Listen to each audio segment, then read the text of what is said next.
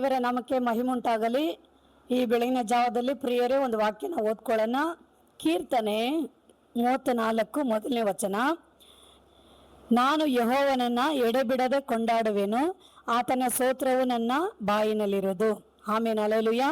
ದೇವ್ರ ವಾಕ್ಯ ಹೇಳುತ್ತೆ, ನಾನು ಯೆಹೋವನನ್ನು ಯಾವಾಗಲೂ ಕೊಂಡಾಡುವೆನು, ಆತನ ಸ್ತೋತ್ರವು ಯಾವಾಗಲೂ ನನ್ನ ಬಾಯಿನಲ್ಲಿ ಇರುವುದು.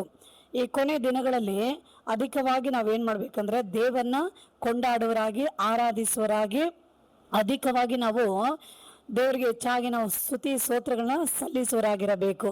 ದೇವ್ರು ಕೊಟ್ಟಿರೋಂಥ ಆರೋಗ್ಯಕ್ಕಾಗಿ ದೇವನ ಸ್ತುತಿಸ್ಬೇಕು, ದೇವ್ರು ಕೊಟ್ಟಿರೋ ಬಲಕ್ಕಾಗಿ ದೇವನ ಸ್ತುತಿಸ್ಬೇಕು, ದೇವ್ರು ಕೊಟ್ಟಿರೋಂಥ ಆಯುಸ್ಗಾಗಿ ದೇವನ ನಾವು ಸ್ತುತಿಸ್ಬೇಕು, ದೇವ್ರು ಕೊಟ್ಟಿರೋ ಒಳ್ಳೆ ಕೆಲಸಕ್ಕಾಗಿ ನಾವು ದೇವನ ಸ್ತುತಿಸಬೇಕು. ದೇವ್ರು ಕೊಟ್ಟಿರೋಂಥ ಒಳ್ಳೆ ಕುಟುಂಬ, ಒಳ್ಳೆ ಗಂಡ, ಒಳ್ಳೆ ಹೆಂಡತಿ, ಮಕ್ಕಳು, ಈ ರೀತಿಯಾಗಿ ಕೊಟ್ಟಿರುವಂಥ ಒಳ್ಳೆ ಆಶೀರ್ವಾದಗಳಕ್ಕಾಗಿ ದೇವರನ್ನ ಹೆಚ್ಚಾಗಿ ನಾವು ಸ್ತೋತ್ರವನ್ನು ಹೇಳಿ ದೇವನ್ನ ಸ್ತುತಿಸಬೇಕು. ಆಮೇನ್, ಹಲ್ಲೆಲೂಯಾ. ಅನೇಕರು ನೋಡ್ರಿ, ಎಲ್ಲ ಆಶೀರ್ವಾದಗಳಿದ್ರೆ ಹೆಚ್ಚಾಗಿ ಸ್ತುತಿಸುವರಾಗಿರ್ತಾರೆ, ದೇವನ ಎಡೆ ಬಿಡದೆ ಸ್ತೋತ್ರವನ್ನ ಮಾಡುವರಾಗಿರ್ತಾರೆ. ಆದರೆ ಕಷ್ಟ ಬರುವಾಗೆ ಏನ್ ಮಾಡ್ತಾರೆ? ದೇವನ ಸ್ತುತಿಸೋದಿಲ್ಲ.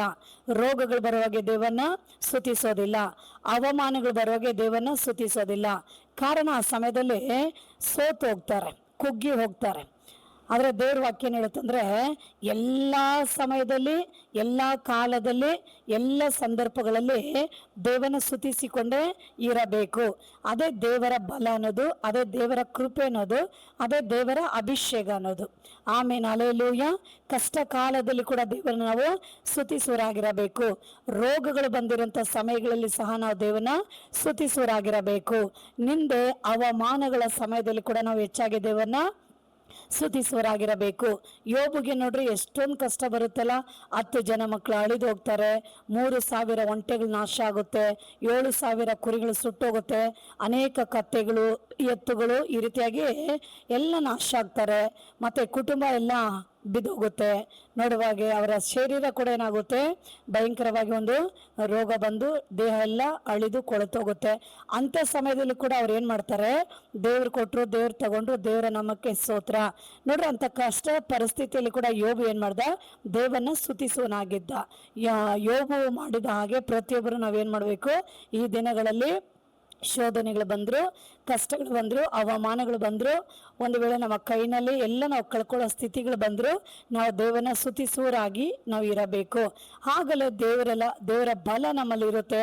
ಮತ್ತು ಇನ್ನೂ ಅಧಿಕವಾಗಿ ದೇವರು ನಮ್ಮನ್ನು ನೋಡಿ ಸಂತೋಷ ಪಡುವರಾಗಿರ್ತಾರೆ. ಆ ಸಮಯದಲ್ಲಿ ನಮ್ಮ ನಂಬಿಕೆ ಇನ್ನೂ ಬಲಗೊಳ್ಳುತ್ತೆ, ಧೈರ್ಯ ಬಲಗೊಳ್ಳುತ್ತೆ.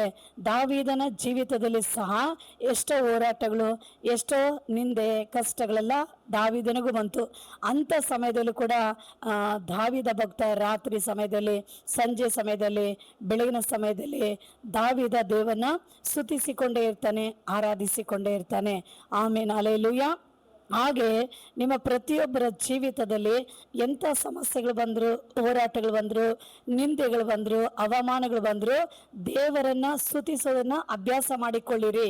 ದೇವರಿಗೆ ಸ್ತೋತ್ರಗಳನ್ನು ಸಲ್ಲಿಸೋದನ್ನ ಅಭ್ಯಾಸ ಮಾಡಿಕೊಳ್ಳಿರಿ. ಆ ರೀತಿಯಲ್ಲಿ ನೀವು ಮಾಡುವುದಾದರೆ ಸೈತಾನು ನಾಚಿಕೆ ಪಟ್ಟು ಹೋಗ್ತಾನೆ, ದೇವರ ನಾಮ ಮಹಿಮೆ ಹೊಂದುತ್ತೆ.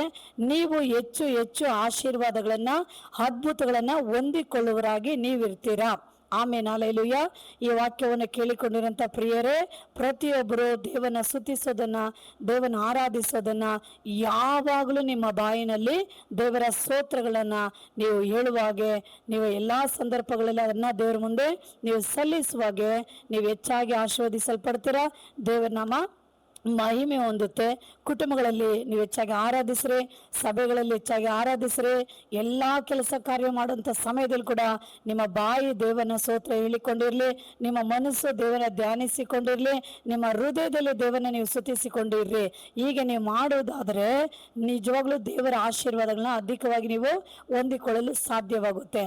ಈ ವಾಕ್ಯವನ್ನು ಕೇಳಿಕೊಂಡಿರೋಂಥ ನಿಮ್ಮೆಲ್ಲರನ್ನ ದೇವರು ಆಶೀರ್ವದಿಸಲಿ. ಒಂದು ಸಣ್ಣ ಪ್ರಾರ್ಥನೆ ಮಾಡ್ಕೊಳ್ಳೋಣ.